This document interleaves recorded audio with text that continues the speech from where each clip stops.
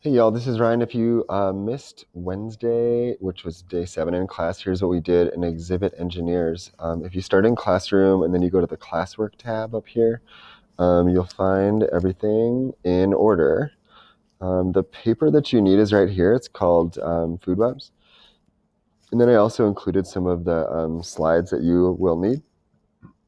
Excuse me. So the first thing we did is we did a warm-up.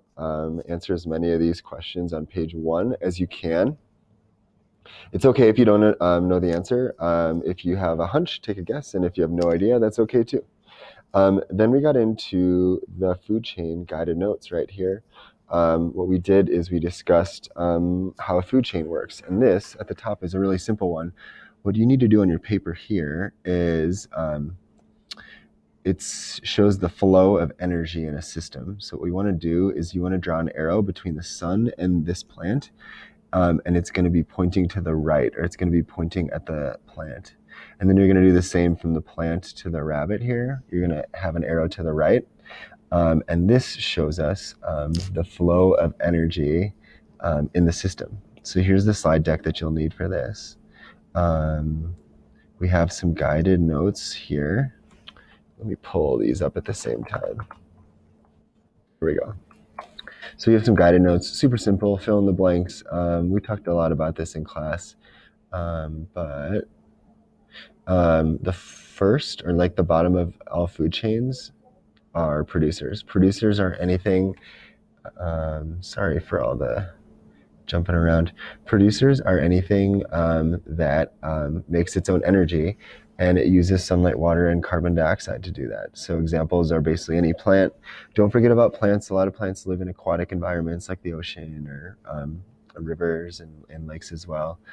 They all count too. And that's kind of the start. On most food webs, you'll see them at the bottom. The next category, and you will be filling these in on your notes here. You don't have to copy everything, just like put it in your own words. You can shorten it as much as you want. Consumers is a big category. It's any organism that doesn't make its own food, so it gets it from somewhere else. And it could be really any kind of animal that eats food, which is kind of a broad category.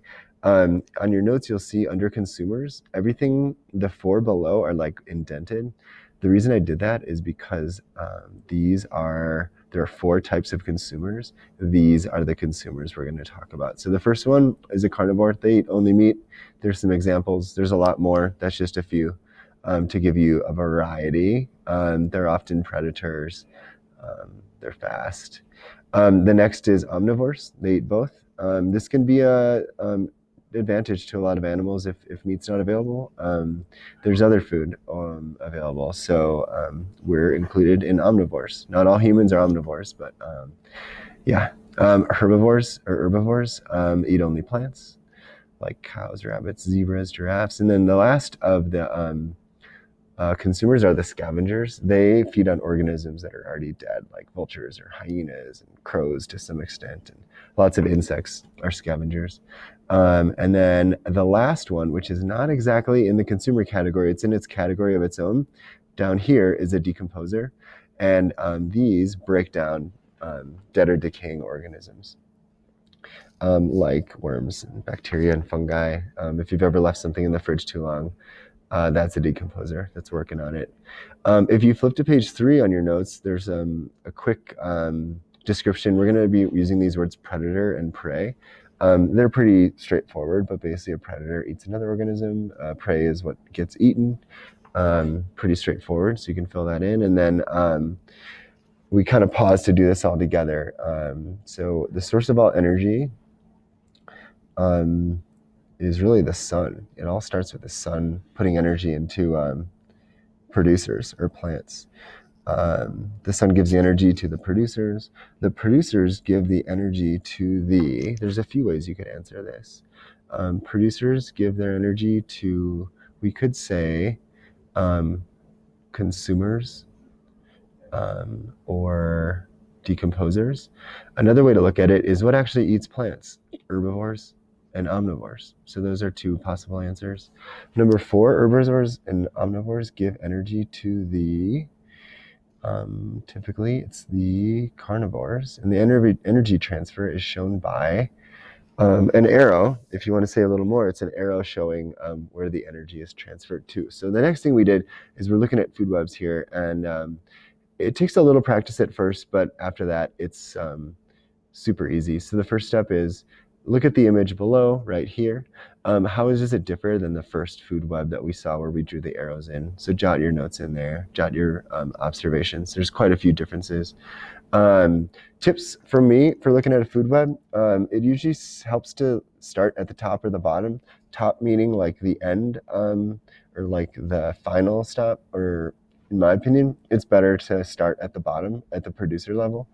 So I look for the producers first. That's my tip. And then remember, the arrow always means that's where the energy is going. Another way to think about it is the arrow points to who is doing the eating. So for example, if you look here, there's a red arrow to the rabbit.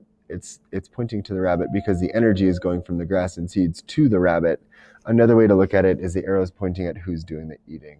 So do a little practice. We did this in groups during class. So doing it on your own won't be quite as good, but try to answer a few of these questions. Complete sentences are not necessary here.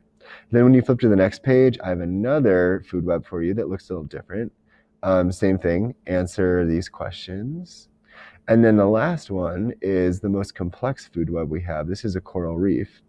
And it's a little, there's a few kind of, not tricks on this, but a few things that might throw you. Contrary, like different than the previous webs, these webs sometimes have arrows that have that point in both directions. So for example, an angelfish and a sea anemone means that they might eat each other, or a grouper and an octopus. Also, there's this crazy thing going on here with a sea star. I'll let you make sense of that. Same thing, a few more questions.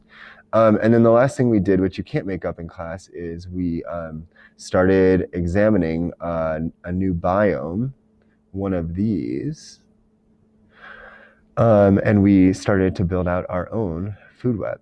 So that's where we ended on day 7. If you missed it, the goal is to make up this day 7 food web packet.